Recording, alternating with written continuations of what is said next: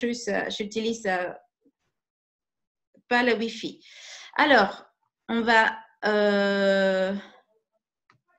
j'ai démarré la première diapositive. Donc, bienvenue à cette petite formation webinaire qui va durer un petit peu, environ 1 heure. Et c'est de mon école de formation Humankind Wellbeing, qui ça veut dire bien-être de l'humanité. Alors, pourquoi vous devrez suivre ces formations en ligne? Ceci dit, c'était d'un autre webinaire que je fais l'autre jour où je ne connaissais pas les personnes, mais je pense que je vous connais.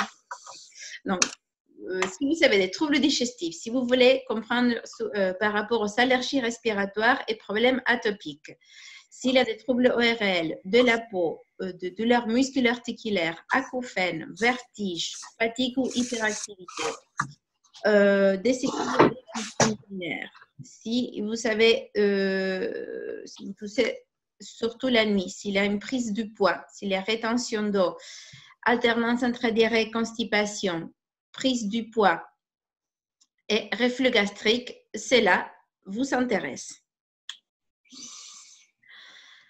Alors, qui je suis? Je pense que vous me connaissez. Je suis médecin naturopathe australienne. J'ai devenu organisme de formation depuis le début de l'année dernière. Dû aux petits soucis de la vie, je n'ai rien fait. Et maintenant, je lance cette année, en mois de janvier, je lance l'école des formations continues. Voilà, je vais continuer à mettre des gens.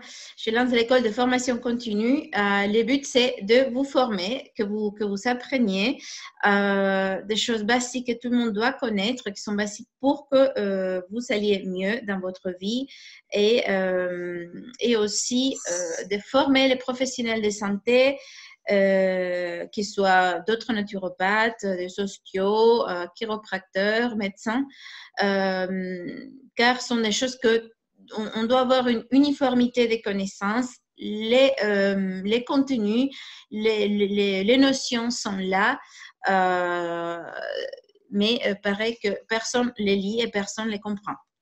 C'est pas possible que il y a quelques samedis en arrière, j'ai vu une petite fille avec maux de ventre. Le ventre était dur au toucher. Les parents sont pourtant dans la médecine chinoise et aussi dans la médecine douce. Ils sont allés voir un professionnel de santé, je ne veux pas dire la profession, mais cela m'a étonnée d'entendre que ce qui avait été trouvé, c'était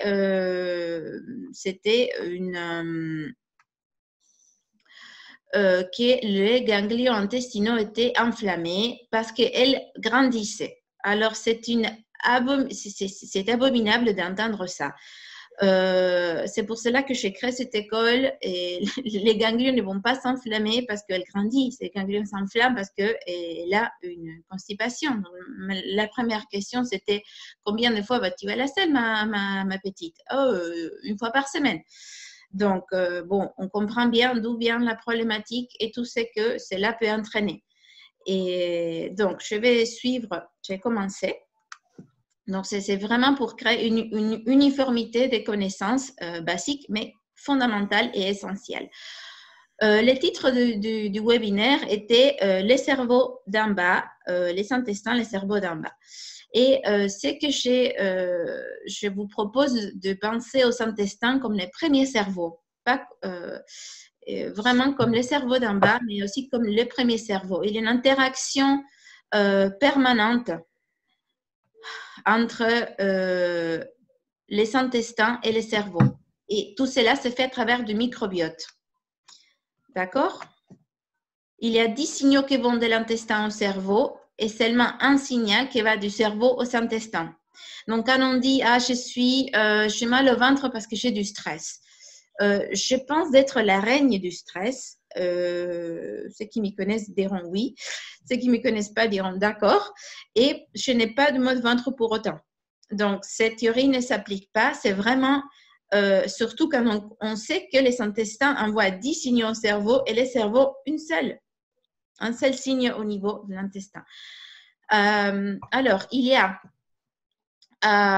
les intestins vont participer au métabolisme, l'immunité, à la fonction entéroendocrine et le cerveau au comportement, à l'humeur et la motricité. Mais aussi, tout cela est en lien avec les tissus adipeux.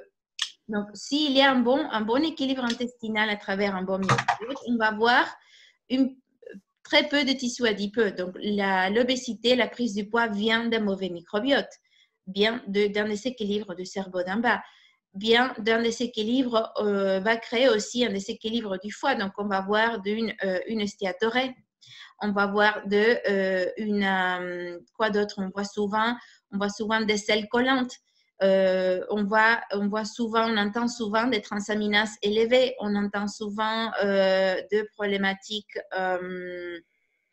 de foie gras. Cependant, la personne va dire non, je ne vois pas. Donc, ça vient tout du microbiote.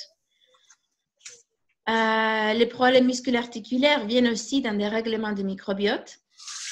Problème de parodontite, donc tout ce qui est au niveau de la bouche vient, voilà, tout problématique au niveau de la bouche vient d'un dérèglement du microbiote. Donc, je traite souvent les parodontites et tous les problèmes de la bouche à travers un changement de microbiote intestinal.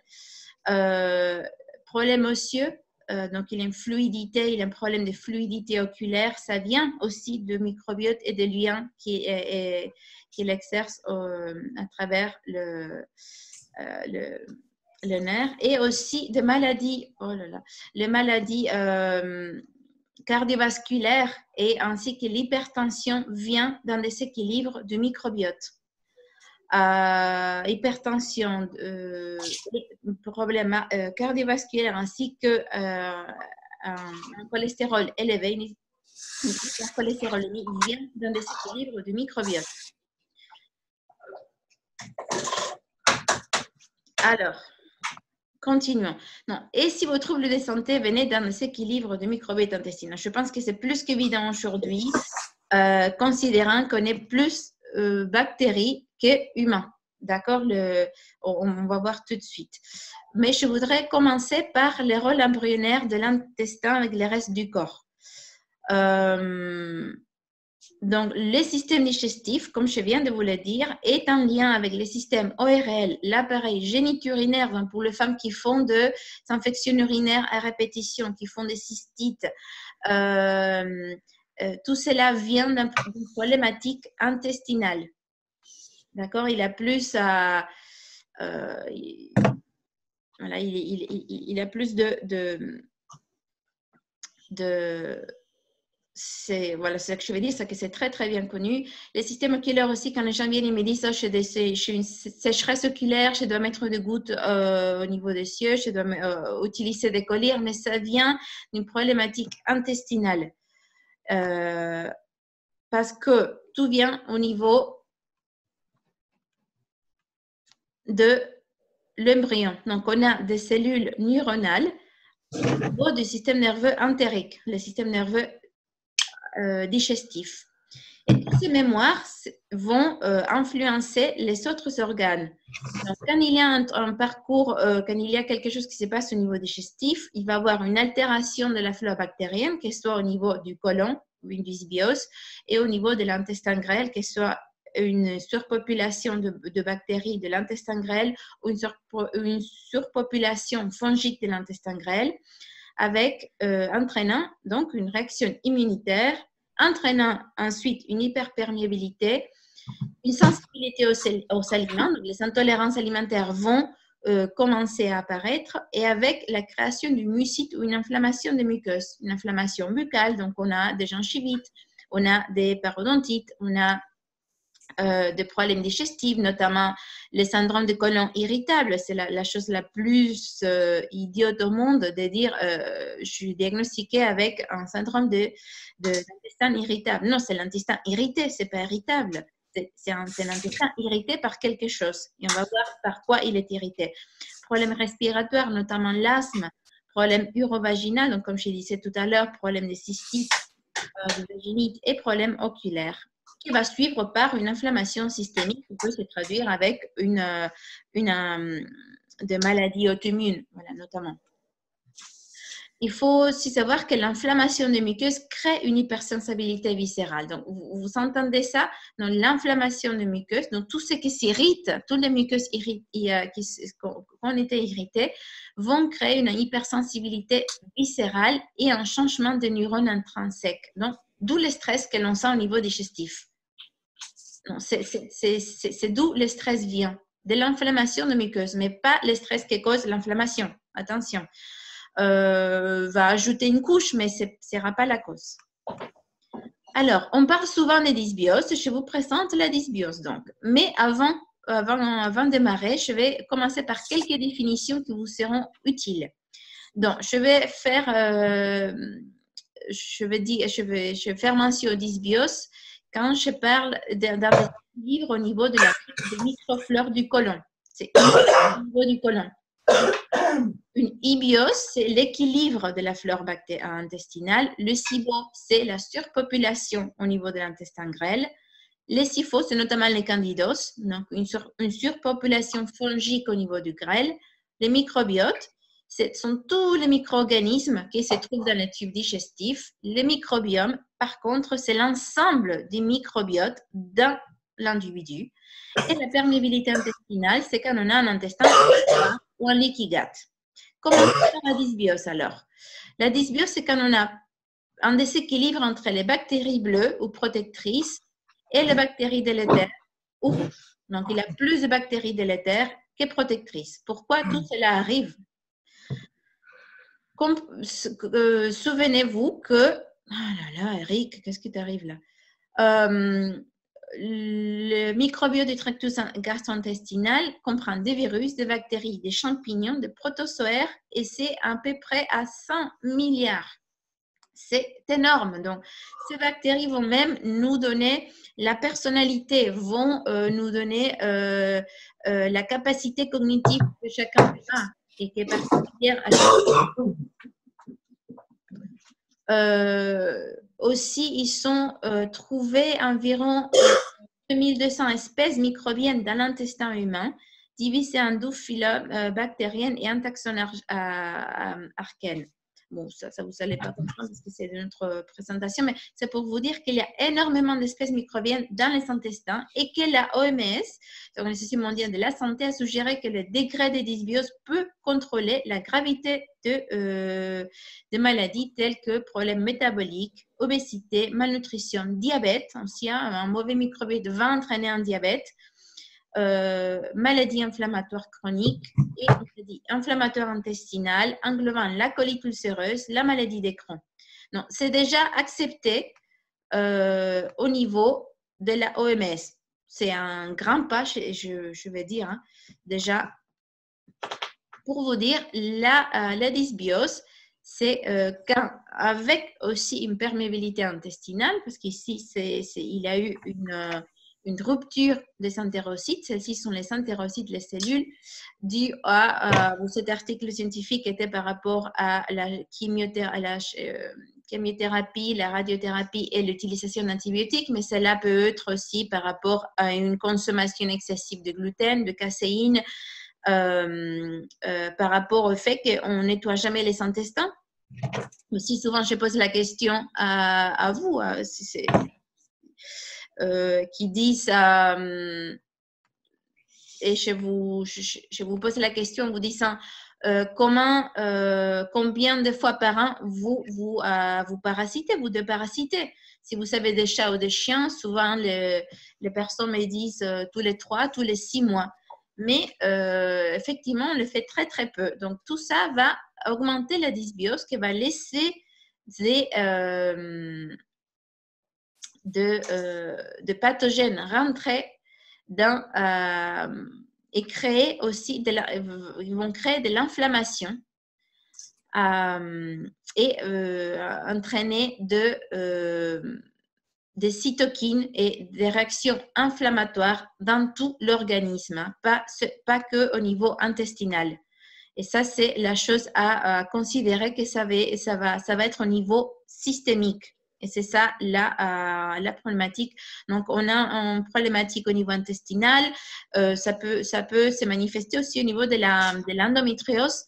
j'ai lu en préparant quelques diapositives à ajouter et en finissant quelques chapitres du livre que j'ai écrit en ce moment, je suis tombée sur un article qui expliquait comment l'endométriose ne va jamais guérir si la dysbiose et la perméabilité intestinale ne sont pas traitées.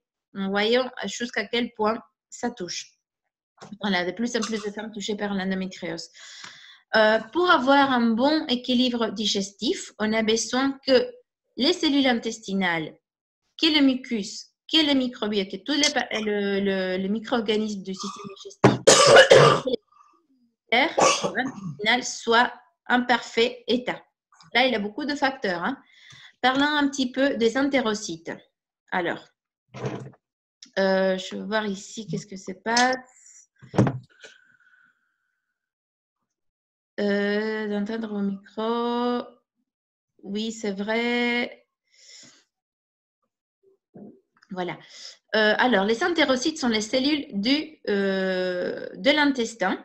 Donc, on voit ici toutes les cellules qui vont créer de villosités. Ces villosités vont augmenter la surface d'échange. Parce que le but des intestins, c'est quoi? C'est d'absorber, d'assimiler ce dont vous mangez. Et ils sont attachés par des joncions serrées. Chaque entérocyte est attaché par des joncions serrées et avec des substances telles que l'occludine, la sonuline, etc. Qui, quand tout fonctionne comme ça, quand tout fonctionne bien, toutes les villosités sont en parfait état, ils sont bien recouverts de mucus, parce que le mucus, c'est une substance bifidogène pour les entérocytes. Donc, ça veut dire une substance bifidogène, une substance qui nourrit les entérocytes. Donc, c'est des nutriments. Après, il peut y avoir une surproduction de mucus aussi. Hein. Attention, mais c'est là, je vais essayer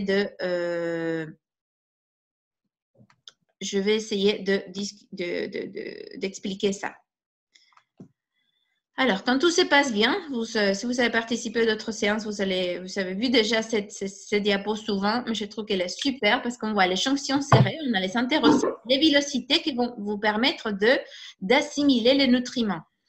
On a les jonctions serrées, donc quand tout se passe bien, il y a une bonne assimilation, les toxines et les pathogènes restent dehors. Quand tout cela ne se passe pas, les villosités disparaissent, donc on va voir une carence en fer. Combien de gens viennent me voir pour une carence en fer? Combien de gens viennent me voir pour une carence en B12? Combien de gens, depuis des années, je vois avec carence de B6, en zinc?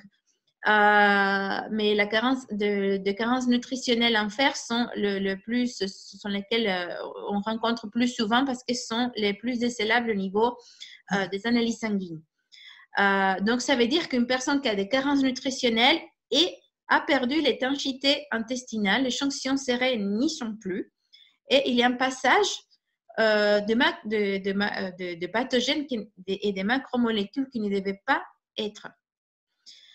La surface d'échange est désormais perdue et on se trouve peut-être dans un état même du SIBO, d'une surpopulation bactérienne. Et c'est de plus en plus, on entend parler de plus en plus en France, heureusement, parce que c'était méconnu et on n'entendait pas beaucoup. Bon, je vais passer au SIBO tout de suite. Je parlais tout à l'heure de mucus et c'est très important parce qu'il est sécrété par des cellules de gobelet, va emprisonner des microbes et des substances étrangères pour l'éliminer du corps et va aussi ces couches de mucus est quand même sous le contrôle du microbiote intestinal. Donc, selon les microbes, on va produire plus, on va produire moins. Sauf que il y a des gens qui ont un polymorphisme ou un changement épigénétique de la production de mucus. Et ça s'était trouvé avec des études belges et luxembourgeoises, donc des études européennes. Et ça s'appelle le polymorphisme de la FUT2, qui va créer un déséquilibre du microbiote intestinal. Et qu'est-ce qu'il va créer? Du ballonnement, du maldigestion, de la litose, parce que la litose parfois n'a rien à voir avec l'hygiène dentaire, c'est du gaz qui monte de l'intestin grêle à la bouche. Du gaz, de la diarrhée, la constipation, de l'odeur digestive, ainsi que du reflux gastrique. Tous les gens qui ont du reflux gastrique ont souvent soit un problème de sécrétion de mucus, ayant ou pas un dérèglement génétique, épigénétique plutôt, ou ont un SIBO, une surpopulation bactérienne de l'intestin grêle.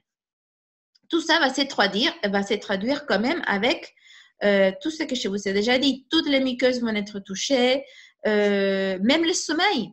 Les gens qui ne dorment pas, qui ont un dérèglement de la fuite 2, peuvent ne pas dormir, peuvent avoir de troubles de sommeil. Donc, souvent, quand j'ai lu beaucoup de recherches, j'ai fait cet essai avec des patients insomniaques, mais depuis des années, vont mieux dormir en traitant la capacité de sécrétion de mucus intestinal.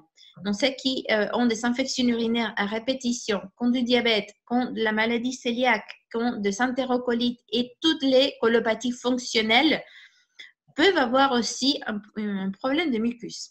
Je trouve que c'est hyper intéressant. On va voir que la composition du microbiote est en lien direct avec un polymorphisme qui va altérer la composition et la diversité de la bactérienne intestinale si la personne est sécrétrice ou non sécrétrice. Donc, à rien sert la prise de probiotiques, car si on est non sécrétaire, ça ne va pas marcher. Et combien d'entre vous, vous auriez déjà essayé de prendre des probiotiques? Souvent, je vois des gens pour des troubles intestinaux, car c'est 95% de ma patientèle qui vient pour ça, ou que même sans le savoir, ont des troubles intestinaux, car s'ils viennent pour du diabète, ils sont troubles intestinaux, car s'ils viennent pour la maladie de Lyme, tout a commencé au niveau intestinal, car s'il vient pour des troubles intestinaux, tout a commencé aussi au niveau intestinal. Non, c'est pour cela que je fais beaucoup d'efforts pour vous transmettre des informations par rapport aux intestins, car tout part de premier cerveau, ou le cerveau d'en bas. Voilà, donc je viens de vous dire ça. Donc l'inefficacité des probiotiques peut s'expliquer avec un polymorphisme de la fuite 2. Cet examen existe à l'étranger, mais si vous testez en électroacupuncture et tout ça, je peux vous le dire si vous êtes touché ou pas. Vous voyez l'importance des mucus, hein? On voit de l'estomac. Tout l'estomac est divisé en 3 parties, le cardiaque, le fundus et l'antre. Il y a énormément de sécrétion de mucus. Dans l'intestin grêle, on a aussi des mucus. Dans les côlons et dans l'anus, on a aussi des mucus. Donc, vous voyez l'importance d'un bon équilibre mucosique au niveau digestif. C'est extrêmement important. Et c'est surtout au niveau de l'intestin grêle que cela m'intéresse, car parfois une surproduction de mucus en présence d'une surpopulation bactérienne, autrement dit SIBO, peut être néfaste pour la personne. Et on le voit souvent quand chez les tout petits, car c'est plus facile de regarder quand ils font caca, quand ils font le sel, les parents qui me disent « Oh, je vois des mucus, des glaires dans les selles de mon enfant. » Voilà. L'intestin est inflammé. Donc, on va produire beaucoup plus de mucus lorsqu'il y a une inflammation, jusqu'à un moment que le mucus va s'épuiser, les cellules ne pourront plus produire de mucus, et c'est là où d'autres problématiques vont apparaître. Le microbiote est super important que les bactéries de l'intestin soient en équilibre, car elles ont un rôle physiologique, un rôle digestif, et je voudrais bien vous parler de ça, et un rôle immunitaire. Dans les fonctions métaboliques, ils vont synthétiser de la vitamine K, la biotine, les folates, la vitamine B12 même. Donc, toutes ces carences nutritionnelles sont en lien direct avec le microbiote, avec les bactéries. Ils vont aussi fermenter les résidus alimentaires. Ils vont recycler les acides biliaires. Donc, quand on dit quand il y a un problème de cholestérol, ça vient du fait que